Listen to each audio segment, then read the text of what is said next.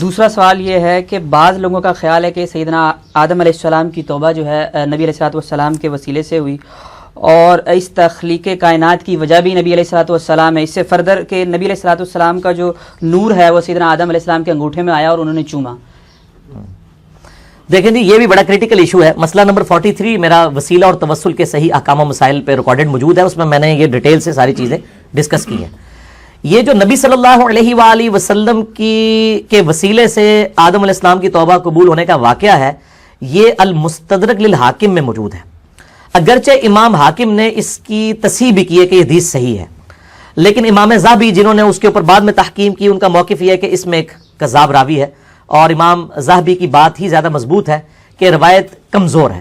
اور ویسے بھی یہ ایک اسلوب کے بھی خلاف ہے، کیونکہ صحیح بخاری میں 1010 نمبر حدیث ہے کہ سیدنا عمر رضی اللہ تعالیٰ عنہ کے زمانے میں جب قحط پڑ جاتا تو سیدنا عباس ابن عبد المطلب کو وہ لے کے آتے اور کہتے اے اللہ، جب تک تیرے نبی ہم میں موجود تھے ہم ان کے ذریعے سے تیری طرف وسیلہ اور توسل اختیار کرتے تھے، اب ان کے بعد ہم ان کے چچا کو لے کے آئے، ان کی دعا کی برکت سے بارش نازل فرما.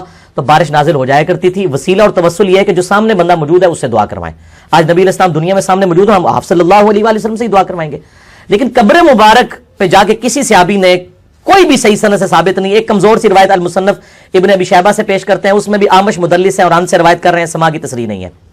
باقی بخاری میں جب موجود ہے کہ قحط پڑا تو سیدنا عمر کا ایٹیچیوڈ کیا تھا، ٹھیک ہے، کہ وہ انہوں نے بالکل عقیدہ امت کو بتا دیا کہ وسیلہ اور توسل کیا ہے. اور سیدنا عمر ان راویوں میں سے ہیں بخاری و مسلم کی ان احادیث کے کہ جب غزوہ جو صلح حدیبیہ کے موقع پر جب پانی کم پڑ گیا تو سیدنا عمر رضی اللہ عنہ نے نبی علیہ السلام کو پیالہ دیا، آپ صلی اللہ علیہ وسلم نے اپنے مبارک انگلیاں اس میں ڈالی تو چشمے پانی کے جاری ہو گئے. سیدنا عمر کو تو پتا تھا کہ آپ کے مبارک ہاتھوں سے پانی کے چشمے جاری ہوئے ہیں، تو وہ کہہ سکتے تھے یا رسول اللہ جب آپ ہم میں موجود تھے، ہم آپ کے وسیلے سے دعائیں کرواتے تھے اللہ کے حضور، اب آپ کی قبر پہ پیالہ لے کے اپنا قبر مبارک سے ہاتھ باہر نکالے. یہ تو انہوں نے نہیں کیا، الٹا بلکہ انہوں نے امت کو عقیدہ سمجھایا. یہ تو پھر شیخ زکریا کاندلوی صاحب نے فضائل درود میں اور الیاس قادری صاحب نے فضائل سنت میں لکھ دیا کہ وہ شیخ احمد رفاعی کے لیے 555 ہجری میں نبی علیہ السلام نے قبر مبارک سے نعوذ باللہ ہاتھ باہر نکالا اور 90,000 لوگوں نے یہ مجمع نے یہ منظر دیکھا، اس میں شیخ عبد القادر جیلانی بھی ہیں. تو یہ سارے جھوٹے واقعات ہیں اس قسم کے. تو وہی جو حدیث ہے نا حاکم کی، اس میں موجود ہے کہ نبی علیہ السلام کے وسیلے سے آدم علیہ السلام کی توبہ قبول ہوئی. اور اس میں آگے ہے کہ پھر آدم علیہ السلام پوچھتے ہیں یا اللہ یہ محمد کون ہے، تو اللہ تعالیٰ فرماتا ہے کہ اگر میں محمد کو نہ پیدا کرتا تو کائنات کی کسی چیز کو پیدا نہ کرتا. یہ سارے الفاظ اسی ایک روایت کے اندر ہیں. وہ روایت اصول محدثین کے اندر ضعیف ہے، کیونکہ قصہ آدم اور ابلیس قرآن حکیم میں 7 دفعہ آیا ہے. اگر آدم علیہ السلام کی توبہ کا یہ واقعہ ہوتا تو قرآن پاک میں منوان اس طریقے سے آتا. 7 دفعہ اللہ تعالیٰ نعوذ باللہ بھول گیا کہ بتانا کہ یہ بیچ میں الٹا دعا بھی آئی ربنا ظلمنا انفسنا، اور پورا سورۃ الاعراف میں ڈیٹیل آئی، سورۃ البقرہ کے اندر، سورہ صاد کے اندر، سورہ بنی اسرائیل کے اندر، سورۃ الکاف کے اندر، کہیں پہ بھی یہ بات ڈسکس نہیں ہوئی. یہ تو بڑی امپورٹنٹ بات تھی. اور پھر انسانیت کی پیدائش کا مقصد نبی علیہ السلام کی اگر پیدائش ہے، یہ تو اس سے بھی زیادہ امپورٹنٹ بات ہے، یہ قرآن میں ہونی چاہیے. جبکہ قرآن حکیم میں سورہ ہود اگر آپ نکالیں تو پارہ نمبر جو 12 ہے اس کا پہلا پیج آپ سورہ ہود کی جو ابتدائی آیات ہے وہ آپ پڑھ کے دیکھ لیں. اللہ تعالیٰ نے اس کائنات کا مقصد بھی بتا دیا ہے کہ میں نے کیوں پیدا کیا. شروع کی آیات ہے، آیت نمبر جو ہے وہ 7 ہے سورہ ہود کی. وَهُوَ الَّذِي خَلَقَ السَّمَاوَاتِ وَالْأَرْضَ فِي 6 أَيَّامٍ، وہی ہے اللہ جس نے پیدا کیا آسمان اور زمین کو 6 دنوں میں. وَكَانَ عَرْشُهُ عَلَى الْمَاءِ، اس وقت اس کا عرش پانی پر تھا. لِيَبْلُوَكُمْ أَيُّكُمْ أَحْسَنُ عَمَلًا، اور اس نے یہ کائنات اس لیے پیدا کی تاکہ تمہیں جانچے کہ تم میں سے کون نیک اعمال کرتا ہے. یہ کائنات انسانوں اور جنوں کے لیے پیدا ہوئی ہے کہ اللہ ان کو جانچے، کسی ایک شخص کے لیے نہیں. ٹھیک ہو گیا؟ تو بالکل کلیئر ہے. باقی یہ جو واقعہ ہے نا کہ وہ پھر انگوٹھوں میں وہ نور آ گیا، یہ حاکم میں یہ بھی موجود نہیں ہے. یہ پتہ کہاں میں موجود ہے؟ یہ انجیل برناباس کے اندر، جس کو میں بڑے عرصہ پہلے کہتا تھا کہ جعلی انجیل ہے. یہ کسی مسلمان نے بیٹھ کے لکھی ہے اور کرسچن تو پہلے نہیں مانتے. ہمارے پاس جب جو اسٹیبلش انجیل جو ہے gospel of John, Luke, marks اور میتھیو، جو 4 ان کے صحاب نے جمع کی ہوئی ہے، اس میں بھی کئی ایک جو ہے پروفیسیز نبی علیہ السلام کے بارے میں موجود ہیں. وہ کیوں نہ ہم پیش کریں؟ برناباس لے کے آتے ہیں. برناباس تو لگتا ہے کہ کسی مولوی نے، بلکہ مولویوں کے پینوں نے بیٹھ کے لکھی ہوئی ہے بالکل ٹارگٹ کر کے. یہ انجیل برناباس کے اندر ہے کہ آدم علیہ السلام کے انگوٹھوں میں نبی علیہ السلام کا نور آیا اور انہوں نے چوم کے آنکھوں کو لگایا. یہ اپنی کتابوں میں بھی جو اضافے کرتے تھے یا تعریف کرتے تھے یا لاتے تھے، اب عیسائیوں کی کتاب میں بھی ظاہر قرآن میں تو تعریف نہیں کر سکتے تھے، تو انہوں نے کہا کہ چونکہ یہود و نصارہ اپنی کتابوں میں کرتے رہے، تھوڑی سی ہم بھی اس میں کر دیں. ٹھیک ہے نا جی. اور میں آپ کو بتاؤں جتنے انٹلیکچوئلز ہیں ان کو پتہ ہے یہ بات. کبھی بھی انٹلیکچوئل لوگ جو ہیں وہ انجیل برناباس کا حوالہ آ کے نہیں دے رہے ہوتے جوز اور کرسچنز کو. ٹھیک ہے، جوز نے تو ماننا نہیں ہے. تو یہ بالکل یعنی کمزور گراؤنڈز کے اوپر، میں نے وہ ساری پڑھی ہے، وہ تو لگتا ہے کسی نے بیٹھ کے لکھی ہے. ٹھیک ہے نا. تو وہ کہتا ہے جی پوپ کی لائبریری سے 7ویں عیسوی میں ہمارے، اچھا کہتے ہیں پرانے بزرگوں کو نہیں پتا چلا، بعد والے بزرگوں کے سامنے آ گئی وہ پوپ کی لائبریری میں چھپی ہوئی تھی، یہ ہوا تھا وہ ہوا تھا. تو وہ آج تو میرے بھائی کاربن ڈیٹنگ کروائی جا سکتی ہے، پتہ لگ جاتا ہے کہ یہ وہ 700 سال کے بعد اسی وقت ہی لکھی گئی تھی، یہ واقعی یہ کوئی 2000 سال پرانی ہے، پتہ چل جائے گا. وہ جس طرح وہ بریلوی حضرات نے مصنف ابن ابی شیبہ کا ایک نسخہ نکال لیا ہے، اس کا مصنف عبدالرزاق کا، وہ حدیث نور والا، رائٹنگ آج دے زمانے دی، کاغذ آج دے زمانے دا، کہتے ہیں بہت پرانا نسخہ مل گیا. ٹھیک ہے، یہ بھائی جھوٹ ووٹ نہیں چلنے، کاربن ڈیٹنگ میں پتہ چل جاتا ہے کتنی پرانی کچھ ہے. ٹھیک ہے، تو یہ بالکل غلط ہے، یہ اس کی کوئی اصل موجود نہیں ہے. مسئلہ 43 میرا دیکھ لیں، وسیلہ اور توسل پہ میں نے ساری چیزیں اس میں ڈسکس کی. نبی کریم صلی اللہ علیہ وآلہ وسلم کو سید الاولین والآخرین اور امام اعظم کیوں کہتے ہیں؟ نبی کریم صلی اللہ علیہ وآلہ وسلم تو امام الانبیاء ہیں. چلے شکر ہے انہوں نے امام الانبیاء بھی مانا ہے. ہمیں تو ایک بریلوی پیر صاحب نے فون کر کے کہا کہ آپ امام الانبیاء کیوں کہتے ہیں؟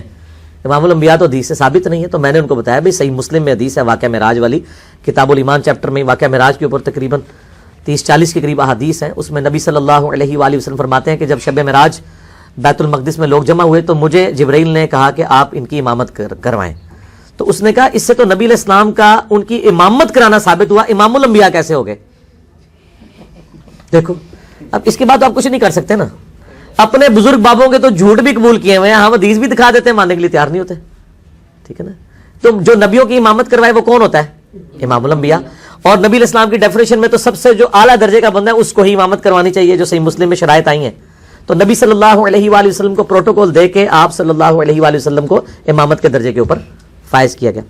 سید الاولین والآخرین، بخاری و مسلم میں حدیث ہے کہ انا سید الاولین والآخرین، میں جو گزر چکے اور جو آنے والے ہیں میں ان کا سردار ہوں قیامت والے دن. کیوں؟ پھر آپ نے فرمایا کہ سب لوگ اکٹھے ہو کے حضرت آدم علیہ السلام کے پاس آئیں گے. وہ پوری حدیث شفاعت مسئلہ 88b میں نے بیان کی ہے.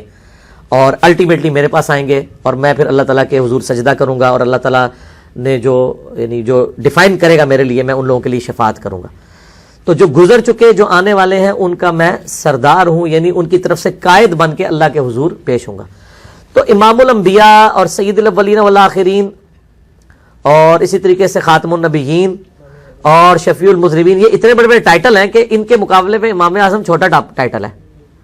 وہ تو اسپیسیفک ہو گئے، سارے اسپیسیفک کو جمع کر کے آپ امام اعظم کہہ دیتے ہیں. اعظم کہتے ہیں سب سے بڑے کو.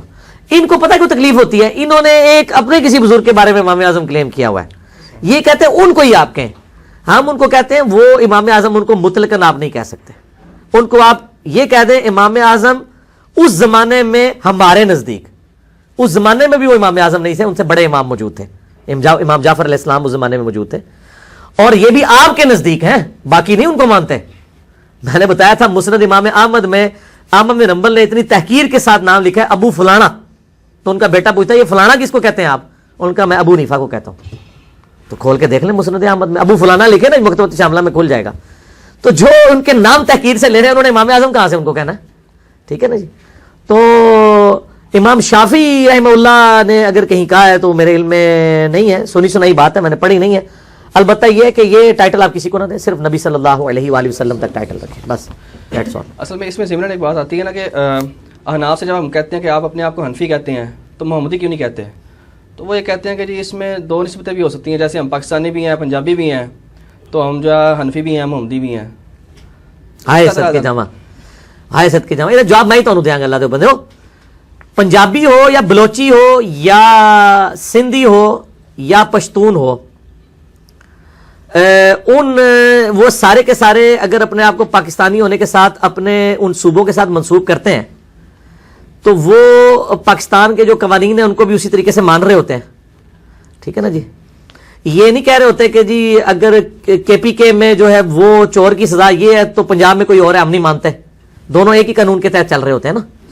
لیکن ان کے جو 4 صوبے ہیں نا، حنفی، شافعی، مالکی، حنبلی، اس میں ایک کہتا ہے کہ جو امام کے پیچھے فاتحہ نہیں پڑھتا اس کی نماز نہیں ہوتی، دوسرا کہتا ہے جو فاتحہ پڑھے اس کے منہ میں انگارہ رکھ دو.